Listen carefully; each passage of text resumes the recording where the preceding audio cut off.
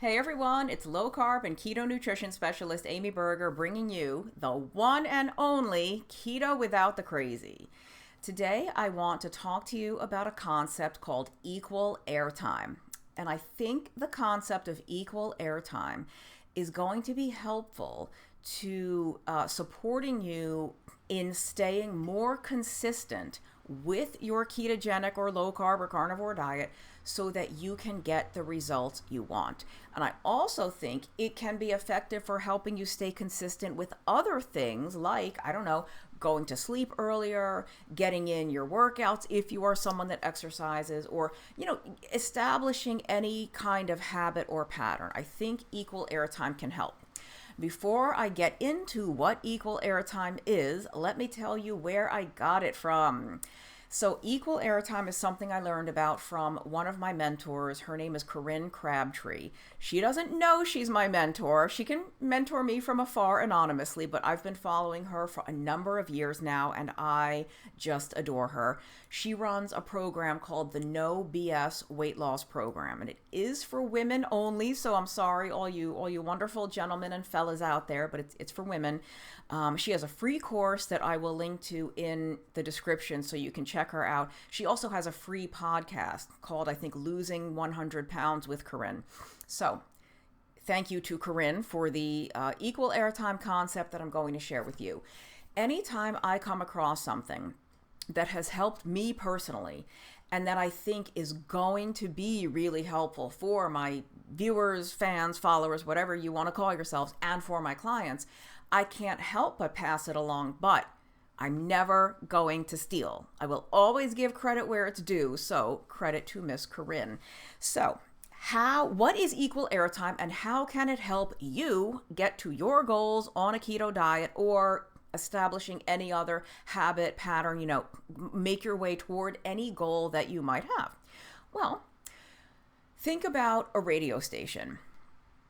If you have someone in your life, and some of us do, let's say they are wedded to one particular kind of station, and let's say it's a talk radio type of station. Do radio stations still exist? I think they do, right? or a TV channel, a news channel. They follow this one particular channel, this one particular perspective. So that's all they know. It's all they ever hear. It's all they ever see. They never hear the other side of things. They are giving airtime to only the one perspective. And so it's easy to become kind of like brainwashed into thinking that that's all there is. You don't know there's another perspective if it's not ever given any airtime in your brain, right? So what does this have to do with weight loss, Amy? Like what on earth? Well, so often we justify our food choices, meaning our high carb food choices, our non-keto, non-low carb food choices. We justify those to ourselves by using phrases like, I just want it. It just tastes so good. I deserve it. And all of those might be true, but if you're ever going to get anywhere with keto, you have to give equal airtime to the other side of that story. And here are some examples. When you say something like, I just want it, whatever it is, like bread, donut, cookies, pastries, ice cream, cake, pretzels, potato chips, whatever it may be, you say, I just want it. Yes, yeah, you do, because it's delicious. Of course you want it. Maybe you were stressed out. You've had a long day. It just looks good. I just want it. Yes, you do. But what else do you want? What is the other side of that story that you need to give equal airtime to? You just want the cookie, the bread, the cake. I just want it. What else do you want? You want to lose weight this month. You want to reverse your type 2 diabetes. You want to reverse your PCOS. You want to get off your insulin for type 2 diabetes. You want to stop taking your heartburn medication. So you can acknowledge that you do want the food. I don't want you to pretend like you don't. Like, oh, that's poison, that's carbs. Like, if that works for you, great, do that method. But I would rather you be honest with yourself. I want it. I want that high carb item. Yes, you do. What else do you want? When you ask yourself, what else do I want? Or you tell yourself, yes, I want that food item, but I also want to lose weight this week or this month or this quarter. I also want to fit back into the jeans that I fit in 3 years ago. I also want to not have joint pain. I want to not have skin breakouts.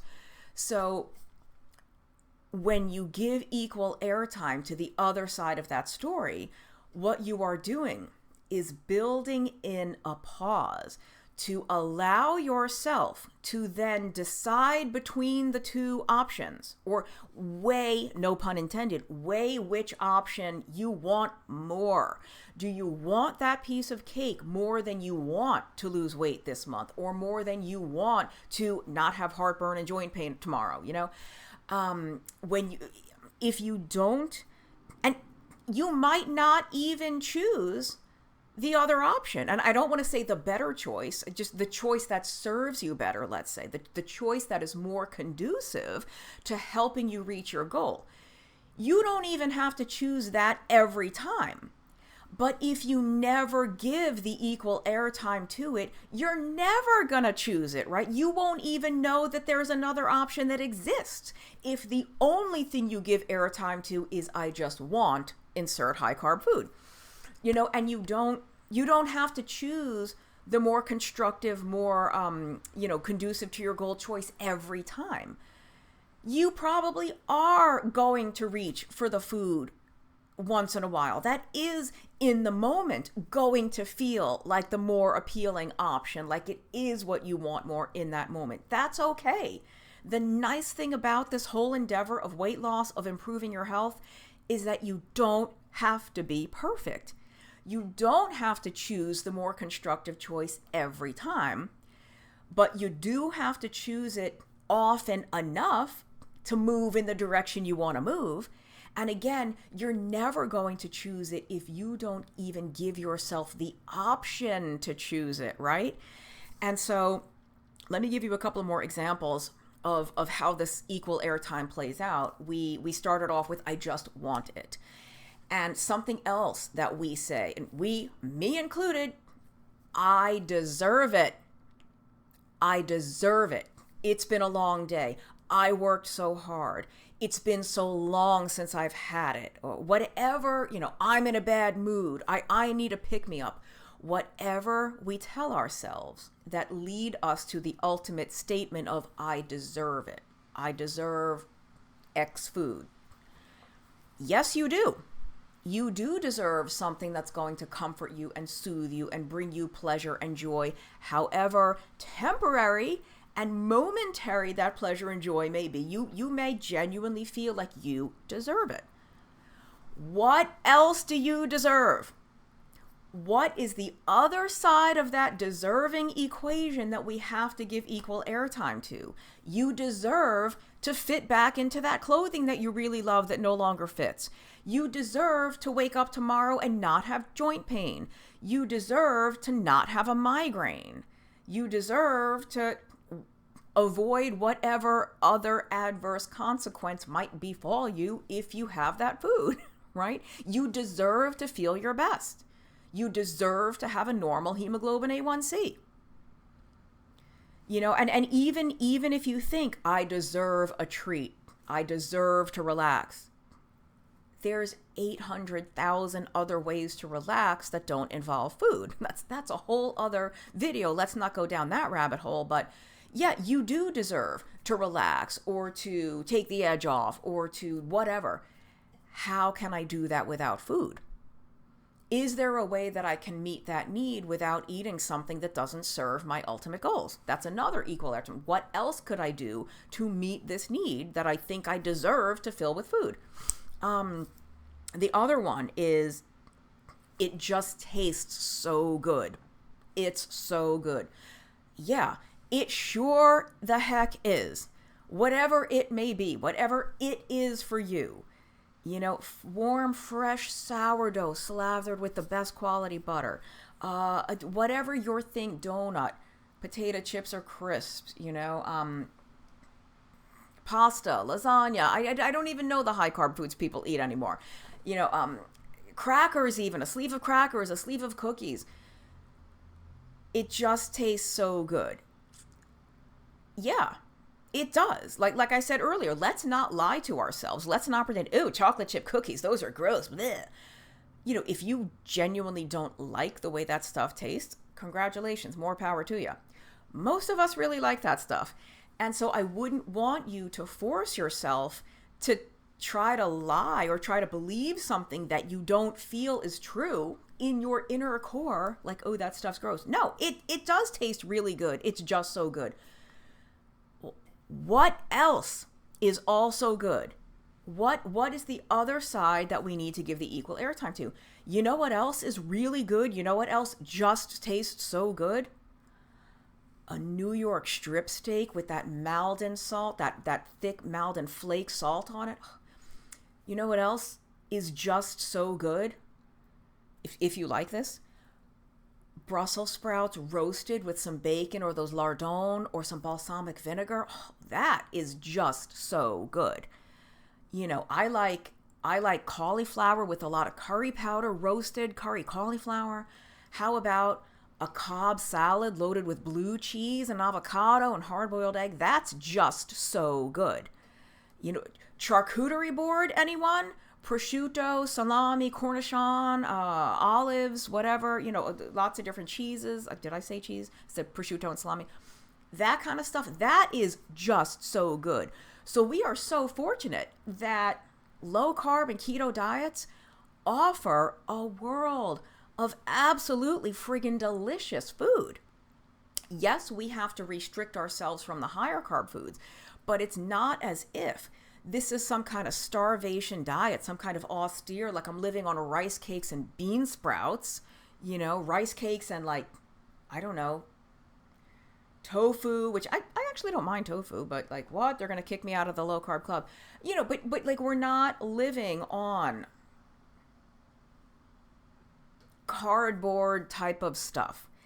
So yes, it does just taste so good. Thank goodness so many of the foods that are much more helpful for us reaching our goals also taste really good. And I said that this equal airtime concept can also be applied to other things in your life, other goals that you have. I'll give you an example. I do not like weightlifting. Whatever you call it, weightlifting, strength training, resistance training, I don't care what label you slap on it, I don't like to do it. Years ago, I lifted regularly and I didn't have any problem with it. I never loved it, but I didn't have to force myself to do it. It was just part of my day and I would go do it. And the last 2 years, I've really gotten away from it. And frankly, it shows. It shows. Maybe not in these videos, in real life, in my clothing, in my naked body, in front of a mirror. Oh boy, does it show. And not only forget the physique. I know how important muscle mass is for metabolic health, for insulin sensitivity, for remaining independent as I age, for being able to, get my heavy bags of groceries out of the car by myself, to be able to climb up a flight of stairs under my own power. So I want to have muscle. And unfortunately, you can't build muscle by wishful thinking. Corinne Crabtree calls that smoking hopium. We don't smoke hopium around here. I cannot wish myself to, stronger, leaner muscles. So I actually have to do it. So how can I get myself to do it when one piece of the puzzle that I'm giving airtime to is I don't like lifting. I don't want to do it. Okay, no, you don't. You don't want to do it. You don't have to blow smoke up where. You don't have to, try to, I'm trying to not whitewash. What is the word I'm looking for? Sugarcoat. No pun intended. You don't have to sugarcoat this and pretend like you like it. No, I don't like it. I don't want to do it. But I do want to build muscle. I want to have a different physique. I want to be stronger. I want to support my long-term metabolic health. So I've got to give equal airtime to that other side. And I can report, thank goodness, that lately that has actually gotten me back into the gym.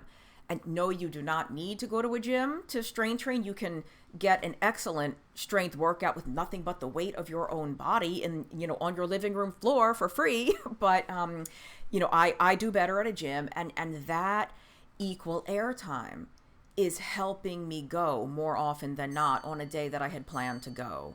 And you may be hearing a clock chiming right now. I don't think the camera's going to pick it up, but if it does, you can see I'm not in my normal environment. I'm dog sitting for a dear old friend, and he's got this grandfather clock that just chimes. So anyway, where was I? Yeah, let me consult my notes here. Yeah, and another thing that I say, and this is maybe not the most constructive way to go about it. I prefer to do it in a more positive way, like, I don't want to lift, but I do want strong muscles. I want a lean physique. So think about the things you do want. If you do better with negativity, let's do negativity. When I say I hate lifting, I hate strength training, I also hate how flabby my arms have gotten.